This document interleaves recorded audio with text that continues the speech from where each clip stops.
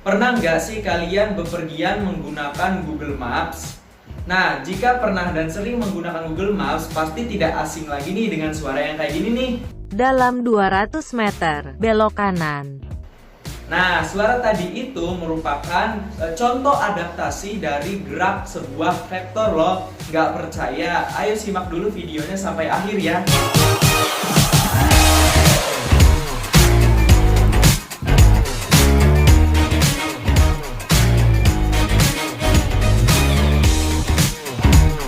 Assalamualaikum warahmatullahi wabarakatuh. Halo semuanya, perkenalkan nama kakak Kak Sulisno. Biasanya sih kakak dipanggil dengan Kak Sulisno.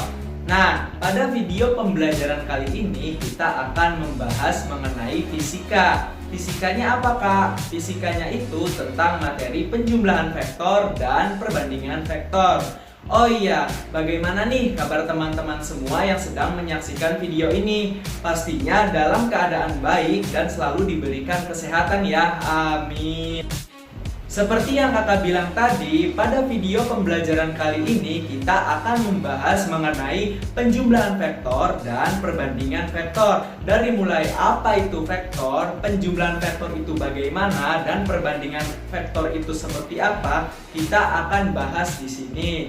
Nah, diharapkan kalian semua dapat memahami dan menyimak videonya dari awal sampai akhir. Sebelum kakak membahas apa itu vektor, mari kita cermati terlebih dahulu dua contoh kasus ini ya. Yang pertama, ada sebuah mobil bergerak dengan 200 km per jam. Yang kedua, ada sebuah mobil bergerak dengan 200 km per jam ke arah timur. Dari dua contoh kasus tadi, ada tidak sih teman-teman yang bisa menebak apa perbedaannya?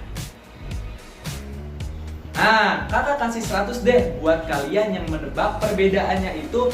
Kak, perbedaannya itu terletak pada arahnya Kak. Betul sekali, perbedaannya itu terletak pada arahnya. Dimana yang pertama tadi itu tidak memiliki arah. Dan yang kedua, ia memiliki arah, yaitu arahnya ke timur.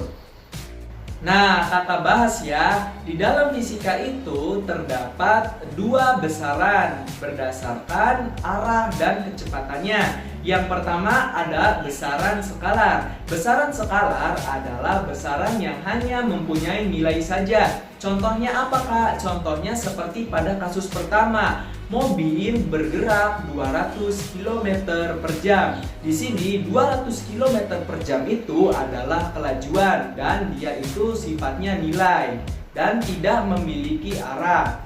Yang kedua, ada besaran vektor. Besaran vektor ini adalah besaran yang mempunyai nilai dan juga memiliki arah. Contohnya apa Kak? Contohnya terdapat pada kasus kedua tadi, di mana ada sebuah mobil bergerak dengan kecepatan 200 km per jam ke arah timur. 200 km per jam ini merupakan nilai dan dia ada kecepatan. Dan ke arah timur dia itu arahnya. Jadi di sini ada kecepatannya sebagai nilai dan arahnya itu sebagai ke timur. Nah, jadi di sini teman-teman dapat membedakan ya antara kelajuan dengan kecepatan. Di mana kelajuan ini adalah besaran skalar yang artinya dia hanya mempunyai nilai saja. Contohnya pada kasus pertama tadi. Dan di sini ada kecepatan. Kecepatan dia itu besaran vektor, di mana dia mempunyai nilai dan arah. Terdapat pada contoh kasus yang kedua tadi. Lalu bagaimana sih cara menuliskan besaran vektor? Penulisan besaran vektor secara internasional dapat dituliskan dengan anak panah di atas lambang, atau lambang tersebut dicetak dengan huruf tebal.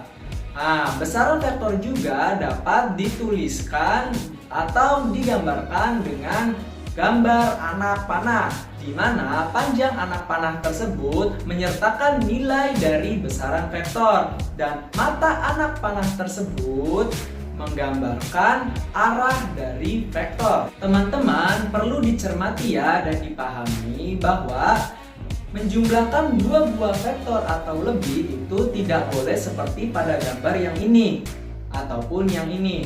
Gambar ini menunjukkan bahwa mata anak panah bertemu dengan mata anak panah dan ujung anak panah bertemu dengan ujung anak panah. Sedangkan dalam menjumlahkan dua buah vektor atau lebih, itu mata anak panah harus selalu bertemu dengan ujung anak panah. Sehingga dari gambar kedua tadi kita bisa rubah menjadi gambar seperti ini dan gambar seperti ini. Lihat pada lingkaran merah. Teman-teman, kita sudah mulai masuk ke pembahasan selanjutnya, yakni tentang penjumlahan vektor. Nah, yang pertama itu ada metode segitiga. Ketika kita memiliki dua buah vektor, yang pertama ada vektor A dan vektor B. Nah, masing-masing memiliki besar arah dan besar nilai yang berbeda. Kita bisa menjumlahkannya dengan cara menyatukan ujung vektor A ke pangkal vektor B ataupun sebaliknya. Sehingga pada gambar ini kita bisa menarik garis antara ujung vektor A ke pangkal vektor B. Sehingga garis miring ini adalah resultan dari vektor A dan vektor B. Nah, yang kedua ada metode jajar genjang. Pada metode ini berbeda dengan yang sebelumnya, yakni metode segitiga. Di mana pada metode jajar genjang ini ketika kita memiliki dua buah vektor, vektor A dan vektor B, kita menjumlahkannya dengan cara menyatukan pangkal vektor A dan pangkal vektor B sehingga membentuk gambar seperti ini. Nah, pada ujung vektor A kita tarik garis putus-putus sejajar dengan vektor B. Dan pada ujung vektor B kita tarik garis putus-putus sejajar dengan vektor A. Nah, setelah ditarik garis putus-putus tadi, kemudian pada pangkal vektor A dan pangkal vektor B kita tarik garis lurus seperti pada gambar ini. Nah, garis lurus tersebut menandakan bahwa itu adalah resultan dari vektor A dan vektor B, yang nilai resultannya itu kita bisa tentukan dengan menggunakan rumus R sama dengan akar dari A kuadrat ditambah B kuadrat ditambah 2A dikali B dikali cos theta. Theta di sini adalah sudut yang tercipta atau terbentuk dari vektor A dengan vektor B seperti pada gambar ini.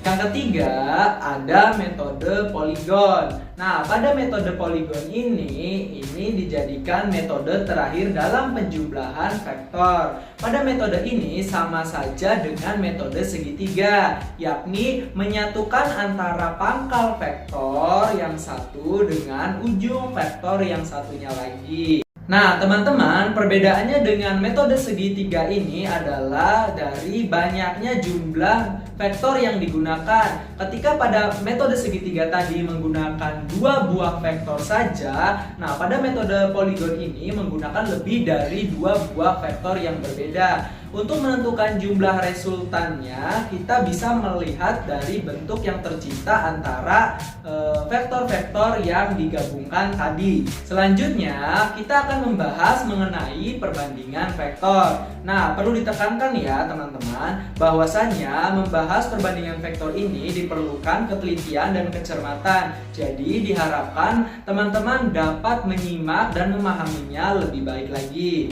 Oke, langsung saja. Pada perbandingan vektor terdapat dua buah titik pada bidang kartesius. Yang pertama ada titik A dan yang kedua ada titik B seperti pada gambar ini. Kemudian kita hubungkan antara titik A dan titik B. Nah, teman-teman, di sini kita bisa menentukan yang namanya titik P. Nah, titik P ini bisa ditentukan dengan perbandingan A P berbanding dengan P, B sama dengan M berbanding dengan N. Nah, MN ini merupakan perbandingan jarak antara A ke B. Selanjutnya, kita gambarkan yang namanya vektor posisi. Nah, vektor posisi ini ada tiga. Yang pertama vektor posisi titik A, yang kedua vektor posisi titik P, yang ketiga vektor posisi titik B. Nah, untuk menggambarkan vektor posisi ini, vektor posisi itu berpangkal pada sumbu 0, sehingga kemudian ditarik garis masing-masing ke titik A, ke titik P, ke titik B itu berpangkal pada sumbu 0 seperti pada gambar di samping. Nah, teman-teman, pada perbandingan vektor ini kita mencari nilai vektor posisi P. Nah, vektor posisi P ini dapat dirumuskan dengan rumus matematika, yakni vektor posisi P sama dengan M dikali B ditambah N dikali A dibagi M ditambah N, seperti pada gambar ini. Wah, tak terasa ya teman-teman, kita sudah berada pada ujung video pembelajaran. Dan ternyata belajar fisika bersama-sama itu lebih mudah dan menyenangkan. Jika hati kita ingin niat dan ingin mempelajari betul-betul tentang materi fisika, maka kita akan dipermudahkan. Dan semoga apa yang tadi kakak sampaikan kepada teman-teman semua dapat dipahami dan dapat disimak dengan baik ya. Dan jangan lupa ingat pesan dari kakak, fisika itu perlu adanya latihan soal. Jika kalian belajar fisika tapi tanpa adanya latihan soal, maka itu akan sia-sia. Jadi jangan lupa latihan soal setelah pembelajaran video ini. Dari kakak dicukupkan sampai di sini terlebih dahulu ya. Kakak pamit undur diri. Sampai jumpa pada video pembelajaran selanjutnya. Assalamualaikum warahmatullahi wabarakatuh.